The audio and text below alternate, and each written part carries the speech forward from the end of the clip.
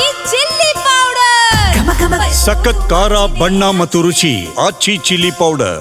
ಈ ಗೃಹಲಕ್ಷ್ಮಿ ಯೋಜನೆಯ ವಿಚಾರಕ್ಕೆ ಸಂಬಂಧಪಟ್ಟಂತೆ ಯಾರು ನಿಜ ಹೇಳ್ತಾ ಇದ್ದಾರೆ, ಯಾರು ಸುಳ್ಳು ಹೇಳ್ತಾ ಇದ್ದಾರೆ ಅಂತಕ್ಕಂಥದ್ದೇ ನೋಡಿ. ವಿಧಾನಸಭೆ ಕಲಾಪದಲ್ಲಿ ಪಬ್ಲಿಕ್ ಟಿವಿ ಅಭಿಯಾನದ ಸದ್ದು, ಸದನದ ಆರಂಭದಲ್ಲೇ ಗೃಹಲಕ್ಷ್ಮಿ ಗದ್ದಲ. ಸಚಿವೆ ಲಕ್ಷ್ಮಿ ಹೆಬ್ಬಾಳ್ಕರ್ ಉತ್ತರಕ್ಕೆ ಬಿಜೆಪಿ ಬಿಗಿಪಟ್ಟು ಹಿಡಿದು ಕೂತಿದೆ.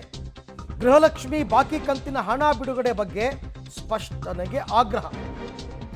ಸಚಿವೆ ಲಕ್ಷ್ಮಿ ಹೆಬ್ಬಾಳ್ಕರ್ ಸದನಕ್ಕೆ ಬಂದಿಲ್ಲ, 3 ದಿವಸದಿಂದ ಬಂದಿಲ್ಲ ಅಂತ ಸಚಿವೆ ಹೆಬ್ಬಾಳ್ಕರ್ ಕರೆಸಿ ಸದನ ನಡೆಸಿ ಅಂತ ಸುನಿಲ್ ಕುಮಾರ್. ನಾನು ಕರೆಸಿ ಮಾತನಾಡ್ತೀನಿ ಅಂತ ಸ್ಪೀಕರ್ ಹೇಳಿಕೆ ಮೊನ್ನೆನೂ ಹೇಳಿದ್ರು. ಸದನಕ್ಕೆ ಸುಳ್ಳು ಉತ್ತರ ಕೊಟ್ಟರೆ ಪ್ರಶ್ನೋತ್ತರ ಯಾಕೆ ಮಾಡಬೇಕು?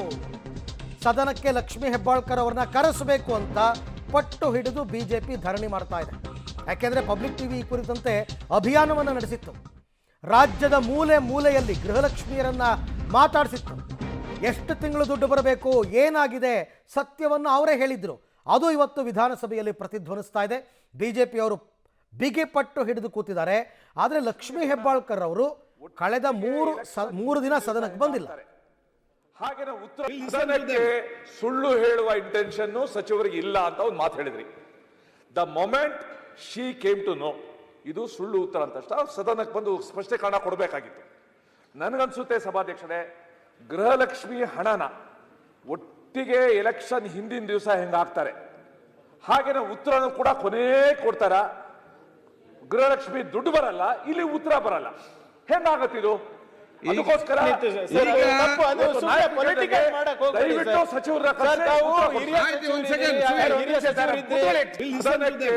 ಸುಳ್ಳು ಹೇಳುವ ಇಂಟೆನ್ಷನ್ ಸಚಿವರಿಗೆ ಇಲ್ಲ ಅಂತ ಒಂದು ಮಾತು ಹೇಳಿದ್ರಿ. The moment she came to know ಇದು ಸುಳ್ಳು ಉತ್ತರ ಅಂತ ಸದನಕ್ಕೆ ಬಂದು ಸ್ಪಷ್ಟೀಕರಣ ಕೊಡಬೇಕಾಗಿತ್ತು.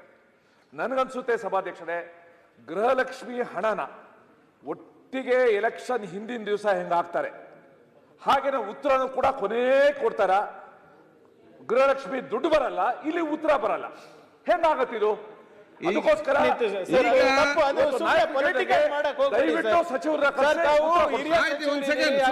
ರೈಟ್, ಇದು ಬಿಜೆಪಿಯ ಶಾಸಕರು ಸರ್ಕಾರವನ್ನ ತರಾಟೆಗೆ ತೆಗೆದುಕೊಂಡ ರೀತಿ.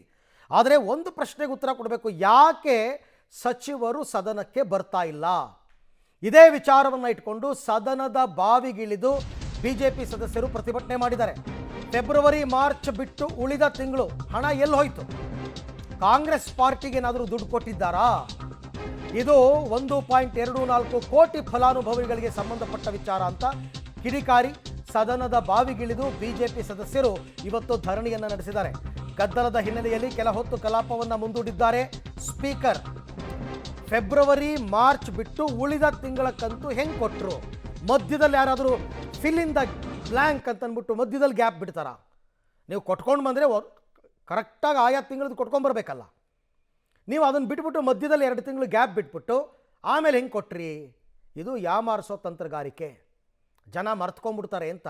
Actually February March, September, October, November 5 ತಿಂಗಳ ದುಡ್ಡು ಬರಬೇಕು. ಮಧ್ಯದಲ್ಲಿ ಏನು ಮಾಡಿದ್ದಾರೆ? ಫೆಬ್ರವರಿ ಮಾರ್ಚ್ ಬಿಟ್ಬಿಟ್ಟು ಏಪ್ರಿಲ್, ಮೇ, ಜೂನ್, ಜುಲೈ ಹಾಕ್ಬಿಟ್ಟಿದ್ದಾರೆ 4 ತಿಂಗಳು. ಆ ಹಿಂದಿನ 2 ತಿಂಗಳು ಯಾರೂ ಲೆಕ್ಕರೇ ಕೊಡ್ತಾ ಇಲ್ಲ. ಅದಕ್ಕೆ ಇವಾಗ ಇವ್ರು ಕೇಳ್ತಾ ಇರೋದು, ಹೆಂಗೆ ಹಾಕಿದ್ರು? ಹೋಗಲಿ, ಆ ದುಡ್ಡು ಎಲ್ಲೋಯ್ತು 2 ತಿಂಗಳದು? ಹೆಚ್ಚು ಕಡಿಮೆ ತಿಂಗಳಿಗೆ 2,500 ಕೋಟಿ ಅಂತಂದರೆ 2 ತಿಂಗಳಿಗೆ 5,000 ಕೋಟಿ ಎಲ್ಲೋಯ್ತು? ಸುಳ್ಳು ಹೇಳಿದ ಮಂತ್ರಿಗಳನ್ನು ರಕ್ಷಣೆ ಮಾಡೋದಿಲ್ಲ.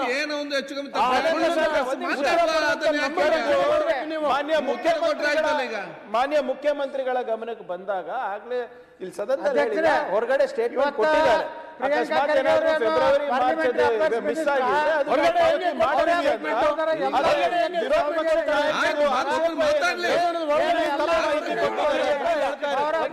ತಪ್ಪು ಮಾಹಿತಿ ಕೊಟ್ಟಿದ್ದಾರೆ ಅಂತ ಹೇಳ್ತಾರೆ. ಈಗ ಮಾನ್ಯ ಮುಖ್ಯಮಂತ್ರಿಗಳ ಕ್ಲಾರಿಫಿಕೇಶನ್ ಕೊಟ್ಟಾಗ ಅಕಸ್ಮಾತ್ ಏನಾದ್ರು ತಪ್ಪಿದ್ರೆ ಅದನ್ನ ನಾವು ಪಾವತಿ ಮಾಡ್ತೀವಿ ಅಂತ ಹೇಳಿದ್ದಾರೆ. ನಿಮ್ಮಲ್ಲಿ ವಿನಂತಿ